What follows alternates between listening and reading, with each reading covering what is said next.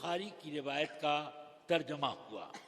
अब तबरानी में जो रिवायत है उसमें एक लफ्ज और जायद है? तो वलिसानहुल्लज़ी यतकल्लमु बिह, मैं उसकी जुबान हो जाता हूँ जिससे वो बातें करता है। समझ में आया कि जो बात करेगा तो शान ये होगी गुफ्ताए अल्लाह हुवत गर्च अज़हुल्कू में अब्दुल्लाह हुवत, बंदे के हलक से आवाज निकली है मगर कलाम और फरमान अल्लाह का है। क्या आपने नहीं देखा अहमदाबाद शरीफ में वो हजरत कुतुब आलम शाह के मजार की मस्जिद के करीब ही, मस्जिद और मजार दोनों ही से करीब है, वो हुजरा जिसमें आप रहा करते थे, आज उसमें एक मुजावर रहता है और एक पत्थर रहता है, इतना बड़ा। मगर पत्थर है कि क्या है, उसकी हकीकत ये है।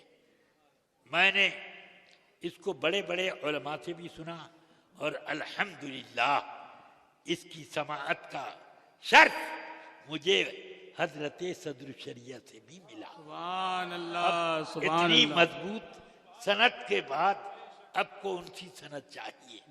हजरत सदर शरिया ने खुद बयान किया उलमा इकराम की मजलिस में, वहां मैं हाजिर था। समझ में आई बात? तो ये सुनना मुझे हजरत से खुद हासिल हुआ।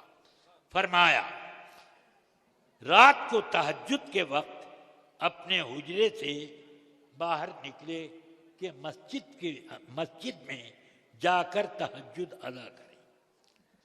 जा रहे थे, कितना फासला होगा उस हुजरे और मस्जिद के फर्श सहन से?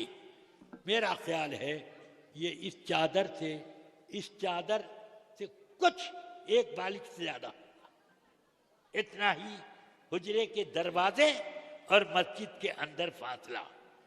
उस जमाने में ट्यूबलाइट और ये बड़े बड़े हंडे ये सब नहीं थे, चिराग भी बमुश्किल जल पाते थे, हैं, सरसों के तेल के चिराग।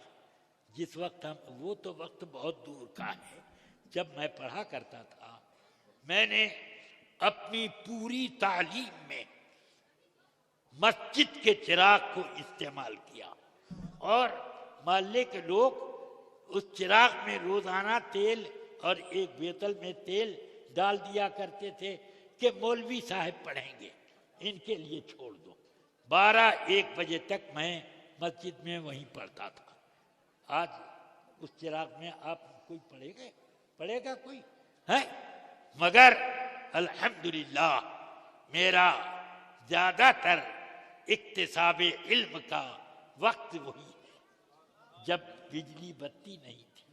ये तो हुजूर सैयदना वो हजरतना सैयदना कुतुब आलम रज़ियल्लाह ताला अन्हु के जमाने में क्या हाल होगा। बहरहाल आप अपने हुजरे के दरवाजे से मस्जिद को चले, किसी चीज से ठोकर लगी, अंधेरे में पता नहीं क्या चीज से ठोकर लगी, मगर एक फितरी बात होती है आदमी की कि जब कोई हादसा चलते चलते पेश आ जाए तो लफ्ज कुछ ना कुछ जुबान से निकल जाता है, कोई सुनने वाला हो कि ना हो। ये एक फितरी मिजाज है इंसानों का कि अब पांव पड़ गया केले के छिलके पे, किस बदमाश ने यहाँ फेंका है, तो कोई सुनने वाला भी नहीं, और आपने एक अदद गाली और उसके कारनामे का जिक्र कर दिया है, सब कुछ हो गया। तो इस तरह ये अल्फाज निकलते हैं। ठोकर लगी, फरमाते हैं जने लोहा है कि लक्कड़ है, कंकर है कि पत्थर है, जने क्या है। 5 लफ्ज बोले। एक ये लोहा है कि लक्कड़ है। लक्कड़ का मतलब समझ रहे होंगे आप सब लोग, लकड़ी। हाँ, लोहा है कि लक्कड़ है, कंकर है कि पत्थर है। कंकर पहले हुआ करते थे हम लोगों की सड़क उसी से बना करती थी, आजकल तो पत्थर ही से बनती है। चलिए, तो वो कंकर, वो पत्थर, और 4 चीज तो ये हो गई। जने क्या है, न कोई सुनने वाला, न कोई देखने वाला, और आप ये बोल गए, तो ये मतलब हुआ कि ये अल्फाज बेसाख्ता निकले हैं, इस बोलने का कोई इरादा न था। समझ में आई बात? अब जब दिन का उजाला फैला तो देखा गया कि एक इतनी बड़ी चीज वहां पड़ी है जिसका एक हिस्सा लोहा है, एक हिस्सा लकड़ा है, एक हिस्सा उसका कंकर है, एक हिस्सा पत्थर है, एक हिस्सा जो देखे कहे जने क्या है, जने क्या है। उसमें मैंने पहली ज़ियारत जब उसकी की तो इतना टुकड़ा कटा हुआ देखा। पूछा मैंने, ये क्या हुआ, काट के मिलता है क्या? हम लोगों को भी जरा तबर्रुक हमको भी दे दो काट के। क्या नहीं साहब, ये जालिम अंग्रेज हुकूमत थी, उस वक्त वो लोग काट के उसको लंदन लेबॉर्ट्री में भेजा। तो मैंने कहा क्या हुआ वहां से?